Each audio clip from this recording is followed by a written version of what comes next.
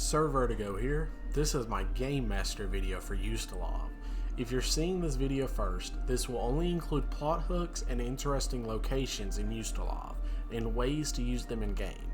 So if you're not a Game Master and you can't help metagaming, perhaps you should move over and check out my Player's Guide to Ustalav. The Player's Guide has descriptions of all the regions and all the info you would need to create a character from Ustalav, and have a good backdrop of info to use in your backstories, or if you're just curious about the nation. Instead of pouring over each country, I'm going to go into detail on one main adventuring area for each region. I would highly recommend picking up the Rule of Fear sourcebook. It is 70 pages of much more detailed info than what I can manage in a 20-minute video. Within the county of Ardil is the rural community of Barris. Strangely enough, even in the coldest of years, winter never seems to come to Barris, and year-round the fruit trees bear rich, juicy pears. Fishermen haul in nets of fat fish, and flowers bloom without trouble. The town's remarkable abundance has been a regional legend for centuries, which made it an obvious destination for droves of cast-offs and the desperate. Despite this, they constructed palisades around their town and farmlands, turning all but those with the direst of businesses to enter. Yet, in the time since, a new faith has been rumored to be growing in Barris.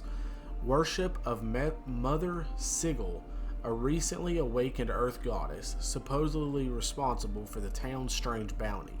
But, as the town grows less friendly to outsiders, she seems to have developed a strong hunger after her centuries-long slumber. Chateau de Lore sits upon Lake Risotto's eastern shore in Salafis, and boasts a paradise of labyrinthine gardens, statue-guarded pavilions, strange menageries, all radiating outwards symmetrically from the central building. Despite its beauty, few ever lay eyes upon the estate grounds, and even fewer still get to see the interior, due to the legion of deadly guards that prevent entrance. Such aggressively guarded privacy spawns countless rumors of crazed orgies, murderous hunts, blood cults, and bitterly guarded family secrets. This location is in Canterwall, but this description is just too good for me to reword, so I'm reading this straight from the Rule of Fear, page 18. It began with a shudder the whole village felt, an unprecedented but soon forgotten tremor. A week later, a sinkhole swallowed the church house during ceremonies, killing the town's priest and most devout of residents. Soon after, screams filled the night, and the paths of dragged bodies led to the churchyard, where every grave bore either the mark of morbid subsidence or yawned open, transformed into gateways into a nightmare. None can say when the ghouls came or how many lurk beneath Clover's crossing, but what once was a peaceful refuge of the living is now a den of the dead. Luzori as a whole is an adventure hook. Giant forest that most people try to stay out of, it's the Pathfinder version of the Forbidden Forest from Harry Potter, with werewolves prowling through its trees. In the northern section where the werewolves avoid, ettercaps and arachnid monstrosities roam free. In the town of Morche, logging had begun pushing the Shudderwood back, using its valuable lumber to expand their meager village. But when they cut down an ancient tree that residents had nicknamed the Demon Hand, giant bats poured forth from a hole in the earth. This swarm of flying wolves attack each and every night, tormenting villagers and even invading homes by the moonlight, only retreating at the first ray of dawn, as if summoned home by an unseen master. In the northernmost part of Ordranto, bordering the Montre River, sits Castle Cronquist. Ruled by the vampire lord Malleus, its gates remain locked, supposedly empty. After the Whispering Tyrant's defeat and subsequent imprisoning in Gallowspire, the castle has seen little to no activity. Presumably, its undead defenders died along with the loss of much of the tyrant's power. Others disagree, due to the tolling of the clock tower each and every new moon since. In Saints Grove, in the Cenaria County, there once stood a shrine to Desna. When a priestess of Argotha, along with her followers, attempted to use this shrine to create a new daughter of Argotha, the Song of the Spheres, a force that seems to exist solely to keep reality constant, forced the trees to grow 1,000 years in a moment.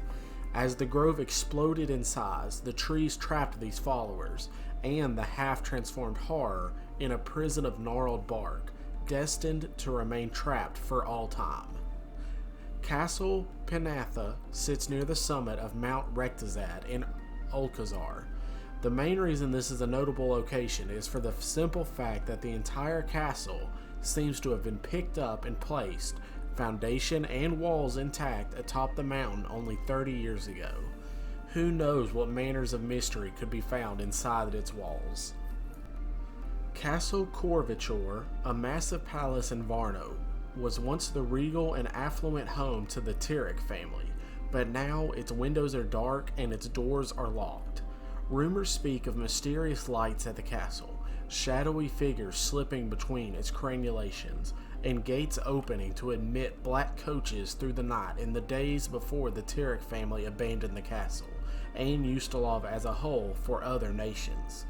Who knows why the family left, but it is known that much of their belongings were left in the wake, meaning the castle is ripe for the picking, for any brave enough to investigate. The small mining community of Hina sits in Versex, where coal taints the lungs and hearts of its inhabitants. The cackling laugh and broken teeth of the witch Black Aggie still haunts the nightmares of the villagers, whose fewer than 40 years ago rose against this monster, dismembering and burning her body before casting it into an abandoned mineshaft. In recent years, strange phantoms have haunted the bleak shacks, not just as sightings of a colored specter dragging itself through the mines, but workers possessed by the choking breath of Black Aggie herself. This is a bonus adventure hook for Versex. Count Hasterton Lowes IV has recently begun acting very strangely. He's aged radically. His once sanguine complexion has faded to a pale visage and sunken eyes. Over the last 8 months, he has sequestered himself within his library, demanding load after load of varied and specific books. He dismissed his entire household and replaced them with foreign assistants, and has begun reaching out to all manners of occult scholars. Rumors has it that he may have discovered the leftover tomes of Zalman Dor, an old god that was brought to Golarion during the Earthfall, but had been largely forgotten, rendering him powerless. If Hasterton truly did rediscover him, the world could very well be at threat of an old god resurgence. In Violend sits the ruins of the old Cantor house. 200 years ago, after the family had long since vanished, the home burned down. As it did, a towering, ovular monolith, like some gigantic otherworldly egg, was revealed, the home built around the 30-foot tall monument. Devoid of symbols, markings, or explanation, the monument stands quietly year-round, save for the exact moment of the year's end, when something inside makes the entire monument pitch and sway. Fortunately, whatever lurks inside is too weak to break the shell, for now. Only the most desperate of outcasts would risk the horrors of Virulence in search of peace, but some do. The crippled, crazed, those who are monstrously deformed, half-breeds, the inbred, and any others who shouldn't be, can find refuge in Ruido. The sons and daughters of thousands of accidents and tragedies find respite, acceptance, and a sense of normalcy that no other home has provided for them. Although shunned by Amons, the inhabitants of Ruido know to be suspicious of strangers, and to defend themselves when they must. While many of the village's residents prove good friends to those who can win their trust, others sulk amidst the Hovel town's shadowy alleys, dreaming of revenge and ruin. I'm going to list 3 plot hooks that I think are exceptionally interesting or have a lot of possibilities, but this is by no means the only ones. There are a dozen pages of adventures in the Rule of Fear sourcebook, and Carrion Crown also offers plot hooks at the end of each of the 6 books in its series. First up, The Bastard Hall in Varno. In 4213 AR, a stranger was admitted, carrying a swaddled bundle into Lord Ardura's house. In the following days, 7 messengers were sent out with summons for the family's most distant kin. That night, a fog rose across Lake Laroba, hiding the island fortress of the Aradora, and has refused to dissipate in the centuries since. Nothing but a black coach has left in the years since. Now, Castle Aradora, now known as the Bastard Hall, sits empty and silent, save 1 year of each century. The black coach departs the castle once more, scouring Varno and beyond in search of occupants. The coach driver greets its passengers by name and bids the entrance. Should they refuse, he departs, but not without the warning that he will return in 1 week's time, and his request will no longer be a request, but a demand. The fearful have attempted to fight or flee the coach, but none have succeeded. Indeed, in 4413 AR, the peasants of Varno even burnt Bastard Hall to the ground, but in 4513, it reappeared with even more towers added to the fortress.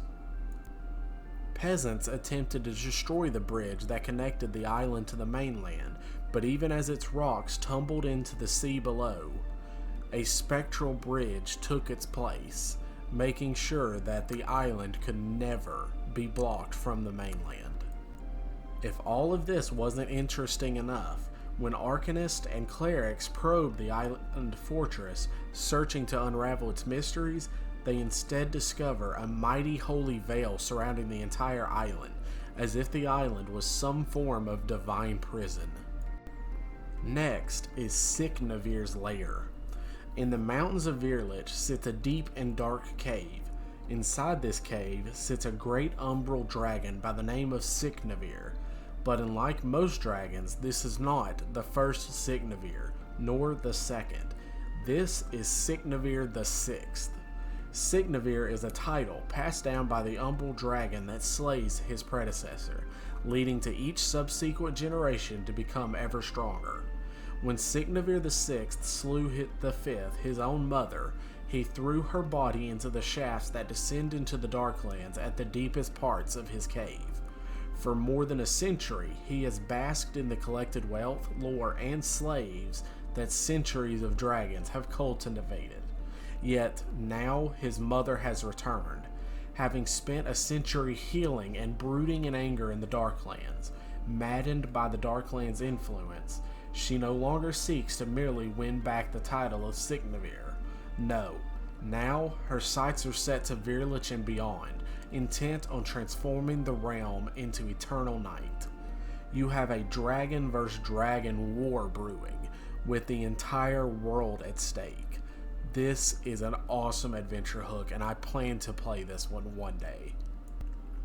Last but not least, the vampire lord Malleus stirs in his stronghold, the castle Cronquist. He waits and watches for his chance to march upon Caliphus, with his hidden army of undead slaves at his back.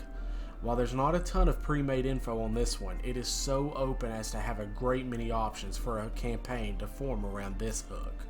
Perhaps the players must meet Luvic Zirvij, who knows Malleus's mind better than any living creature. Prince Ordranti, knowing of the heroes from past adventures, might ask them to lead an army against the vampire lord and his army of undead. Or perhaps instead of leading the army, they're merely members of the army, or assassins sent in to take out Malleus before he can even venture forth from Cronquist.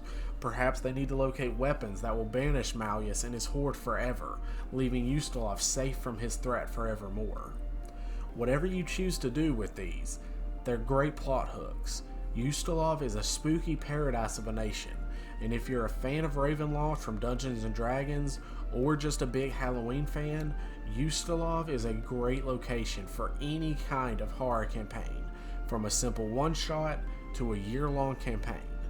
I hope my video has fleshed out the nation in your mind.